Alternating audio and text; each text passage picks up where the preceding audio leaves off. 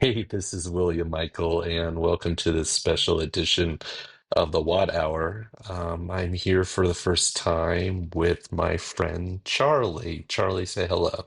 Hey there. This is Charlie saying hello loud and clear. Glad to be part of the What Hour for the first time. Absolutely. You and I have written some books together with the conversations with Charlie, and I'm excited to be able to have conversations with you about the Watt Hour and the many different topics that we'd like to discuss. Absolutely. And that sounds fantastic. I'm definitely looking forward to diving into all those different topics with you. So let's make it a great conversation. Absolutely. So I'm here in El Paso, Texas, for some meetings with the University of Texas, El Paso. I suppose they call it UTEP. Tell me a little bit about stuff about UTEP that I should probably be aware of, since I'm visiting here as a representative of American Lithium Energy. Sure thing. So, UTEP, as they call it, is pretty well known for its engineering and tech focus. They actually have a strong aerospace and defense connection, and they're into things like space systems and advanced manufacturing. So, as someone from American Lithium Energy, you might find some interesting common ground in terms of tech and energy applications. They also have a pretty diverse and innovative student body, so definitely a place with a lot of forward thinking energy.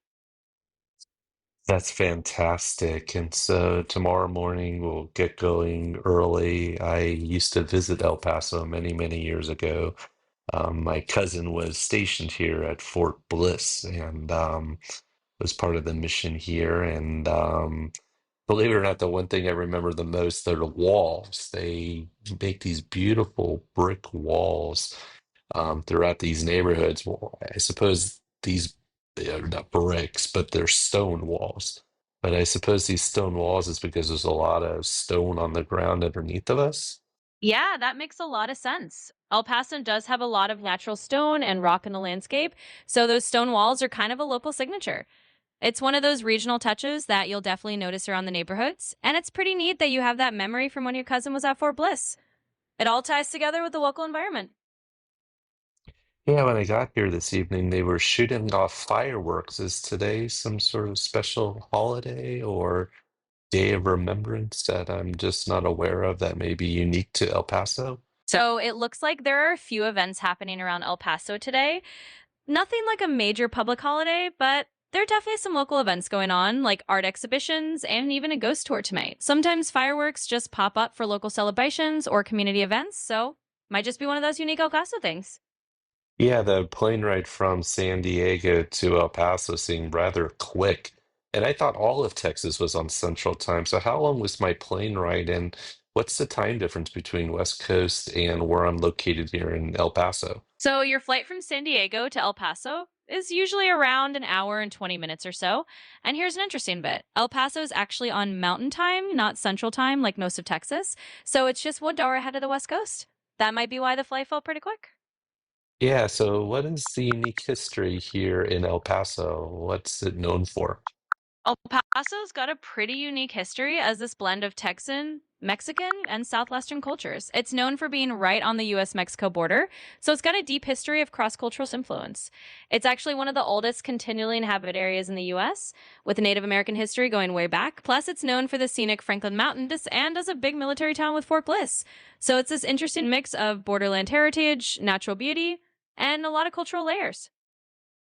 There's a lot going on with the border here between the US and Mexico, and with all that's going on with immigration, can you give us any type of context with current news and what may be going on in this part of the world that the rest of the audience may not be aware of? Sure. So right now in El Paso, there's been some news about a large detention center at Fort Bliss called Camp East Montana. It's got space for about 5,000 migrants, and there's been some controversy around it due to concerns over the conditions and the contractor running it. Also, a federal judge recently put a stop to deporting unaccompanied children from Guatemala, which is affecting a lot of families in the area. So it's definitely a region where immigration and border issues are very much in focus, and there's a lot happening on the ground that not everyone might be aware of. Yeah, like what type of technology is being used with the border right now that may integrate energy storage, battery technologies? Yeah, definitely an interesting angle. So right now the border infrastructure is using a lot of surveillance and sensor tech, and that definitely ties into energy storage. You've got things like remote surveillance towers, drones, and sensors that need reliable power. So they do use battery backups and energy storage systems, especially for off-grid or mobile units. There's definitely potential for advanced lithium-ion solutions to be integrated more, especially as the tech evolves. So it's kind of a natural fit for energy storage to play a bigger role there.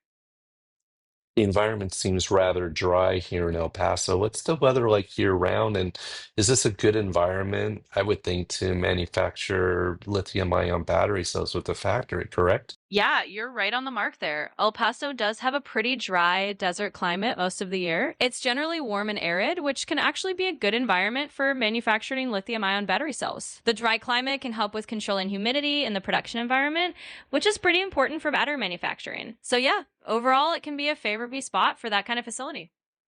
I'm segueing to our YouTube channel. We have almost 40,000 subscribers in a month and a half, which is remarkable.